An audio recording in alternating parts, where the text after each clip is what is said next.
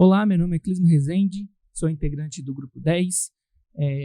Vou estar explicando aqui para vocês um pouquinho do nosso protótipo. É um desafio da matéria de projeto de produtos, semestre 2021/1.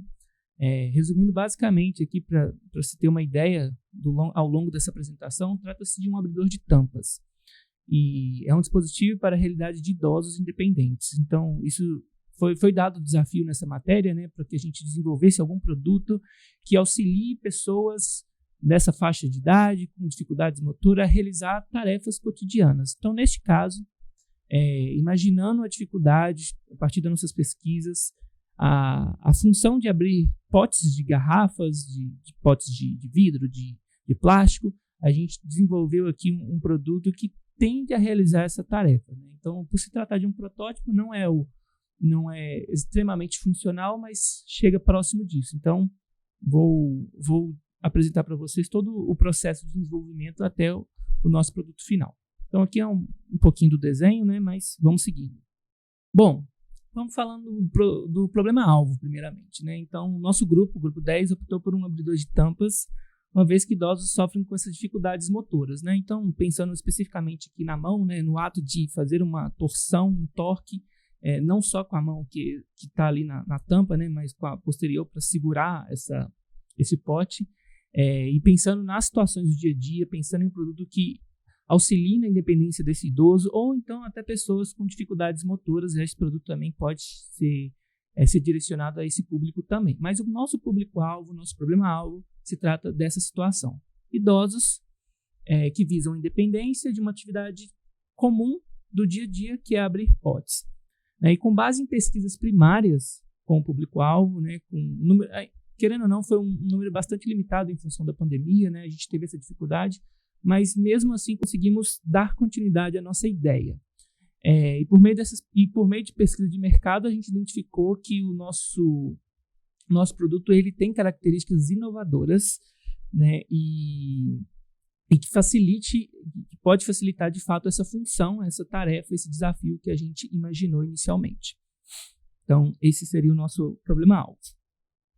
Tá, falando um pouquinho das funções e componentes, eu vou falar uma breve descrição aqui. Tem um croquis aqui do nosso produto. Esses números aqui são em milímetros, tá? Mas mais à frente eu explico melhor isso, só para ter uma ilustração aqui para a gente. Então, basicamente, as nossas funções e os componentes desse produto, desse protótipo, é composto por uma haste estendida para facilitar o torque do movimento. Então, é basicamente um braço de alavanca que realmente vai fazer ali a torção, né, dessa tampa. Aí você tem aquela famosa equação, né, que quanto maior a distância onde aplica a força, mais fácil é a força resultante onde está o ponto de contato. Então, basicamente, essa é a função principal. A gente tem um componente de fixação da haste. Então, é onde o pote vai se encaixar dentro do nosso protótipo. É um componente de fixação da tampa, ele pode se ajustar para diferentes tamanhos de tampas, né? Então, existe uma variedade infinita de tamanhos, de raios, de diâmetros. Então, a ideia é que seja um braço de alavanca que consiga encaixar nessas tampas.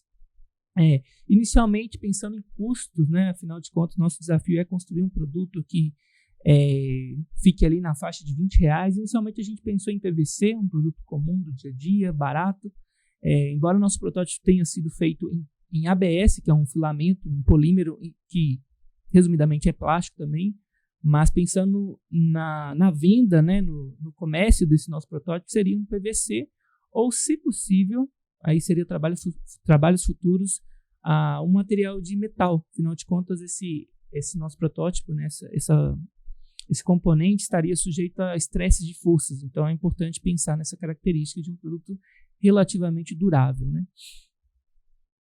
Bom, falando um pouquinho do histórico de desenvolvimento, dado tudo isso que eu disse, o processo foi dividido em macroetapas. Essas etapas estão explicadas aqui abaixo, né? Então, basicamente, a gente tem aqui as pesquisas, né? Inicialmente, como dito, foi poucas, mas foi o relevante para a gente dar continuidade às nossas atividades. Partimos, então, para uma validação dessas ideias, a gente teve aquela atividade, a matriz morfológica, para pensar nos componentes de fato que iriam compor esse nosso produto final. Então, passamos por essa etapa de validações. Eu não coloquei necessariamente uma linha cronológica, porque boa parte dessa atividade foi feita em validações e pesquisa. Então, a gente ia e voltava, aí foi feita a maquete, que foi uma primeira atividade, né? Então, e depois fizemos uma segunda maquete. Então, foi um processo muito orgânico, né? Não foi linear. Mas, a partir disso, a gente conseguiu, de fato, chegar a um protótipo, né? Então, que viabilizou a nossa construção e o desenvolvimento dessa atividade. Bom, basicamente a gente tem aqui nosso desenho técnico. Esse desenho técnico foi feito no Fusion 360, um excelente software de modelagem 3D. É um software paramétrico, né? Então a gente consegue ter um controle ali muito preciso sobre as informações, sobre o dimensionamento desse nosso protótipo, o que viabilizou de maneira excelente o desenvolvimento da atividade de dimensionamento. Então, basicamente, aqui a gente tem a visão do protótipo em diferentes perspectivas, os seus valores, e aqui, de novo, em milímetros, seus ângulos, a sua visão isométrica, superior, lateral, e aqui para cada componente desse protótipo a gente tem aqui a descrição, né? Inicialmente a gente pensou em metal porque foi os testes que eu fiz, a simulação que a gente fez de resistência dentro do software Fusion 360. Então, embora a gente tenha iniciado, a gente pense em fazer PVC, mas seria trabalhos futuros pensar nisso. Qual material de fato seria, visando o barateamento do protótipo. Basicamente aqui a gente tem então a modelagem 3D no software, no Fusion 360, né? Então aqui a perspectiva, o SketchUp 3D, o corte transversal, né? Do principal componente desse produto, que seria aqui o eixo de rotação, a alavanca e o suporte que vai de fato segurar o pote, né? Também podemos observar aqui a variação que a gente consegue fornecer com o nosso protótipo de altura, né? Afinal de contas, mais uma vez, os potes variam tanto de largura, diâmetro e de altura. Pensamos em duas principais medidas, que é diâmetro e altura desses potes. E eu acho que a gente conseguiu pelo menos chegar a essa metodologia, a essa visão de produto, pensando nesses dois componentes aqui descritos nessa imagem. Então aqui seria o nosso markup feito em uma impressora 3D, a Creative Ender 3 V2, que é a impressora. Então o grau de fidelidade para se chegar a esse protótipo foi excelente, utilizando esse recurso. Então, estamos bem satisfeitos assim, com o que a gente chegou como resultado final. Bom, agregando a isso, eu trouxe aqui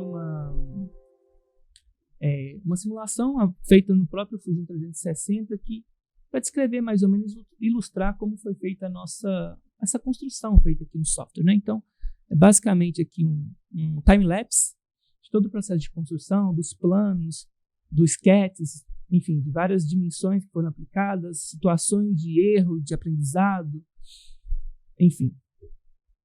Observamos aqui a parte superior, o braço de alavanca, que foi a parte mais complexa, demorou bastante tempo. Aqui embaixo a gente consegue ver o histórico também dessas etapas. Chegando ao final aqui desse time-lapse. Legal. E aqui, só com uma visão mesmo de diferentes perspectivas, né? Então, aqui está o nosso protótipo feito no Fusion 360, modelagem 3D. Bem legal.